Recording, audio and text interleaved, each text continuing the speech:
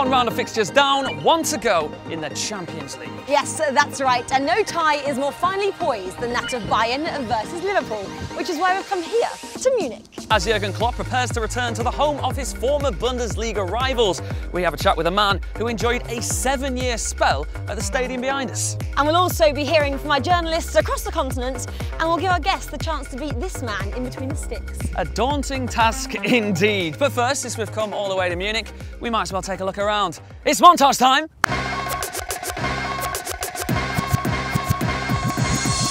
Once home to Freddie Mercury and Arnold Schwarzenegger, Munich is also the birthplace of legendary German centre-back Franz Beckenbauer. Der Kaiser captained Bayern Munich to 3 straight European Cup trophies between 1974 and 1976. They would go on to win a further 2 Champions League titles in 2001 and 2013.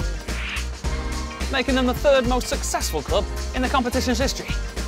Clubs from Munich have also won more than a quarter of all German top-flight trophies. Bayern with 28, 1860 with 1.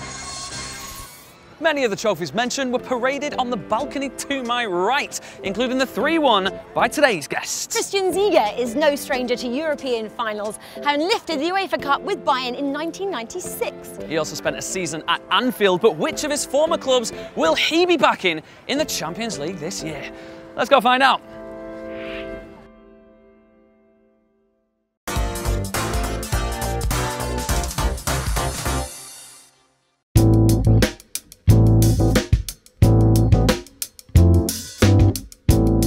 Christian, thank you very much for joining us. We're just going to dive straight in. Bayern versus Liverpool, 2 teams you have played for. Who do you think is on top going into the second leg? Oh, this is really difficult, but I think Liverpool missed in the first leg important player, and he will come back in the second leg. Munich is crowd-wise not a big place. The team is obviously, but I see Liverpool has good chances to come on top. You touched on it already. Virgil van Dijk will be returning from suspension. How big a boost will that be for Liverpool? All the games I've seen of Liverpool is if Van Dijk is playing, he's the man. He's the leader of the team. You couldn't see it in the first leg, but over the whole season, I think he's so important for that team. Obviously, you need the strikers up front as well, but to win something, you need a good defense, and he's dictating everything there. It's a big boost for Liverpool, definitely. Bayern, they didn't have a shot on target in the first leg. Surely it will be really important for Robert Lewandowski to step up here in Munich. He's always a threat. Even if you don't see him for 80 minutes, he knows what to do. He's always capable of scoring goals, especially at home. For Bayern Munich, playing at home might be an advantage, but the crowd is not the same like at Liverpool, I would say. And one of your former teams as well, Tottenham, they were excellent in the first leg. How impressed were you of them? I was impressed with the second half, although I have to say that Borussia Dortmund that I had difficulties in the defense and make some silly mistakes to get the goals. But second half of Spurs was really outstanding. Even with the result, the yellow wall is a daunting thing to face. Is there any chance of a Dortmund comeback, do you think? In football, there's always a chance to come back. I just remember Liverpool was 3-0 down at half-time in the Champions League final. At the end, they won this game. So you never know, and especially that place, I think they beat this season Atletico Madrid at home 4-0. If they get a good start, it's always possible, but they play against Spurs and they know what's coming up.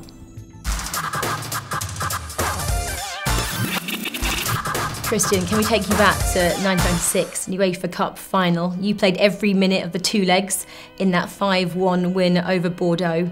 Just, I guess, explain to us how it was to win and lift that trophy.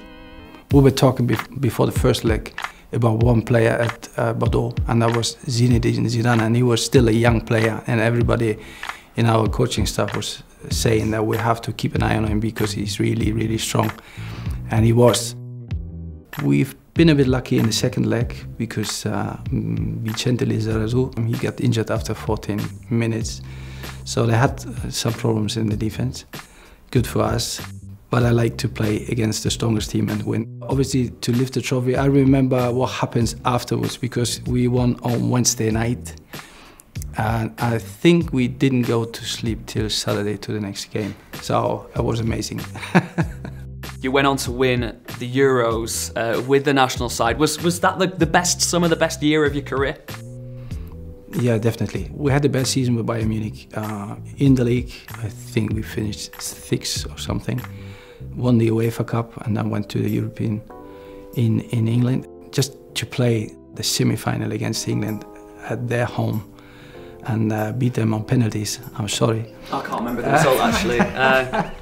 Could have gone either way. It was amazing. But then you play the final and we played Czech. They went 1-0 up and we managed to come back and then scoring by golden goal. And for us it was completely new. Normally you play the extra time till it's 120 minutes and then we scored the goal and the game was over. And to do so in this fantastic stadium was yeah, I can't really describe because it was, yeah, the best ever happened to me. Amazing. Lovely to hear from you. Thank you so much, Christian. It's almost time to put Christian's knowledge to the test, but first, it's time for some sensible soccer.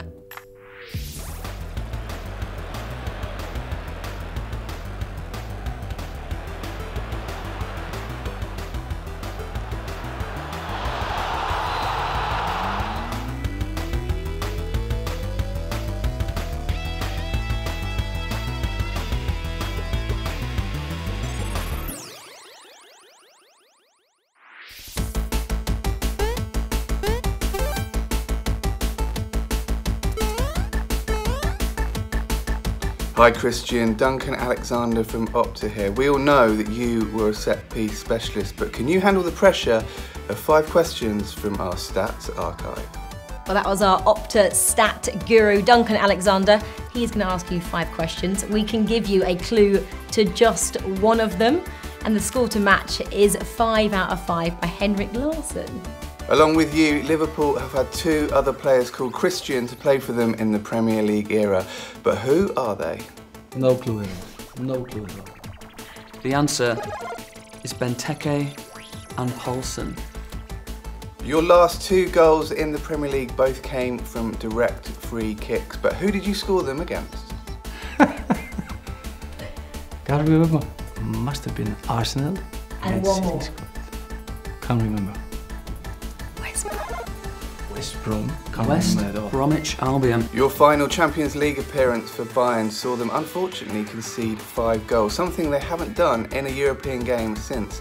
Who handed out the beating that day? I remember a lot of players in this team. So it was Ajax Amsterdam, fantastic team, young lads, unbelievable. The last player to directly assist you in the Premier League is also the oldest player to ever score in the Premier League and an Englishman that you faced in the semi-final at Euro '96. Who is it? I go for Teddy Sheringham. Teddy Sheringham it is. And our final question. And finally, you are one of only 3 players in Premier League history to collect 2 red cards in the space of 4 days or less. The other 2 players to do it are both very famous and French. Can you name either one of them? This must be Eric Cantona. Eric Cantona, ladies and gentlemen. He scored 3, second on our leaderboard out of 2. Not bad at all, really, to be fair. Take that on. It's okay. Now we're about to see if the man to our right is still a set-piece specialist, but first, let's hear from our goal journalists from across the continent in Euro Express.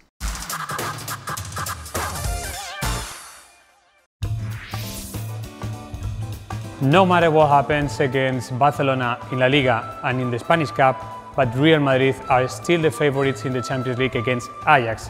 First of all, because of the result of the first leg, but obviously because they are the current champions in Europe. For me, my result, 2-1 for Real Madrid. Even without Cavani and Neymar, Paris Saint-Germain succeeded to bring a victory back from Old Trafford, and bad news for the Red Devils.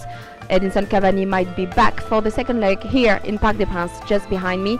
As they are stronger at home, my prediction is 2-0. We totally agree with you, Sabrina. We think that PSG will finish the job at home. Yes, PSG will win 1-0, 2-0, and Kylian Mbappé will score. So I think PSG win and Kylian Mbappé to score.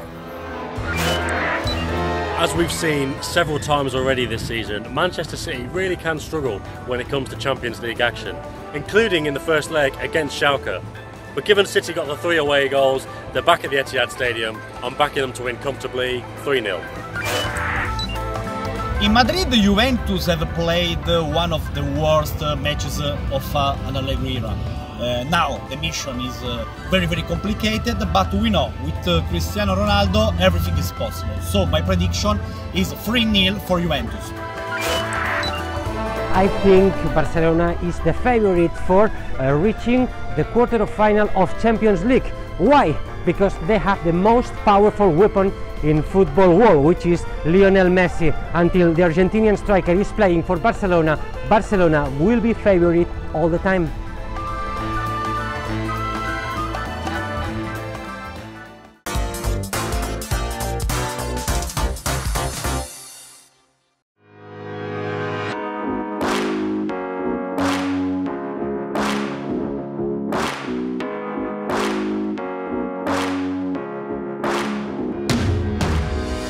Christian, you're known as a set-piece specialist. 5 penalties against that man there. Are you feeling confident? Penalties, not at all, but that will be fine. Okay, let's go. Penalty 1, normal penalty worth 10 points. Robbie.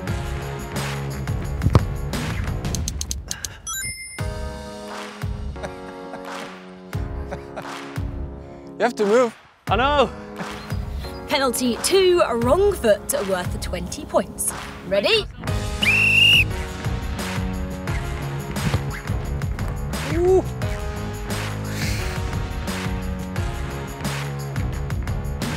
Penalty number 3, no look, 30 points.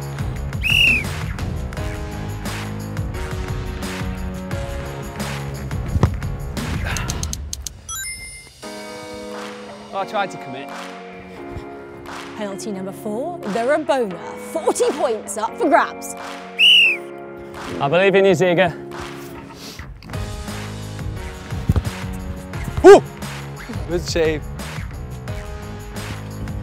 Penalty number 5, the blindfolded penalty worth 50 points. Here you are.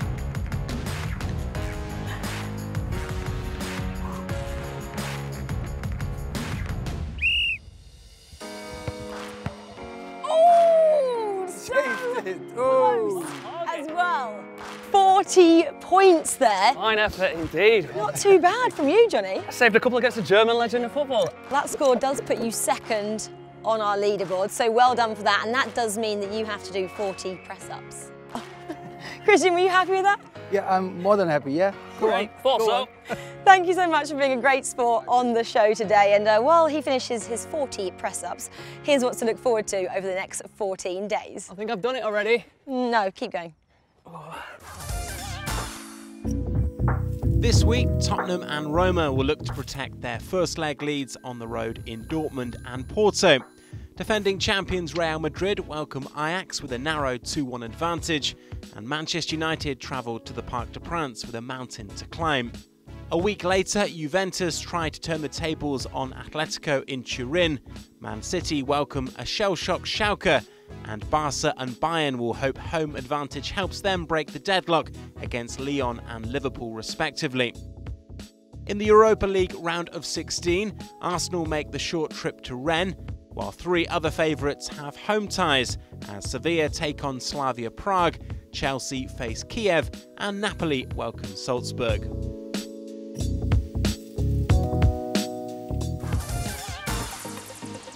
Who will break the duck between Bayern and Liverpool? Can United stage an unlikely comeback?